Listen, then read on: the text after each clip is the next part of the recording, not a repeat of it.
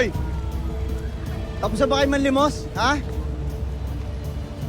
Bakit kayo kwentuhan ng kwentuhan? Bawal po ba makipagkwentuhan? Sumasagot ka pang bata ka, ha? Bakit? Ha? Ano ba nakait mo patapang ka? Wala naman po kayo pinapakain sa amin eh. Talagang sumasagot ka pa. Ha? Ano, lalaban ka? Ha? Doon ka, huwag ka makialam, di kita ka nakausap.